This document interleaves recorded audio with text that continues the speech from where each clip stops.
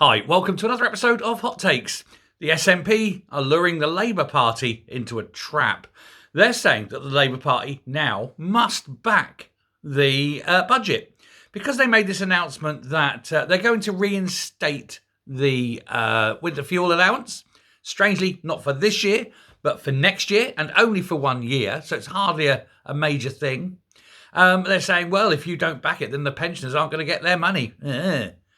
Shoving it to them that way. But this is obviously a trap, and Labour are aware of this. Of course, they have to do this. They're desperate to get this budget through. They don't want an election. The SNP cannot afford an election. They are skint. They have nothing. There's nothing in the pot. And so they're doing everything they can. As I say, they're begging the Greens, begging Lib Dems, and now begging the Labour Party. George Adam, he of the weird haircut, there's something about Mary.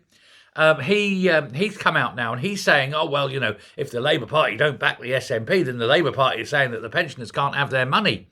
Well, the pensioners aren't getting their money this year.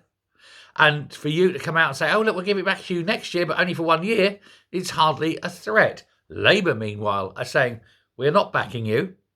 We're just not backing you. We're in opposition. We don't want this through. We want the election. We want to take the seats off you. We want to form the government. And so there it is. It's there. Looks like highly likely that there's going to be an election unless probably the Greens capitulate, because I don't think the Greens can afford an election either. So they may just fold and vote with it, but simply just to get the budget through, not as though there's any agreement.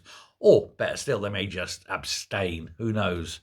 But this is what they're doing. Now, George Adam is desperate. He knows that come an election, he's likely to lose his seat. Ironically, and probably not to Labour. He's one of those that could actually lose his seat to Reform. I would not stop laughing for at least 2 hours if that was the case. In fact, there's likely to be a lot of them losing their seats to Reform.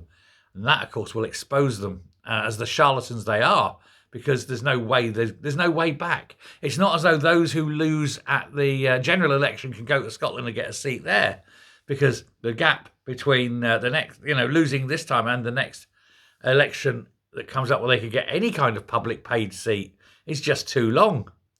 They'll be out in the cold for too long, doing nothing. Oh dear, what a shame.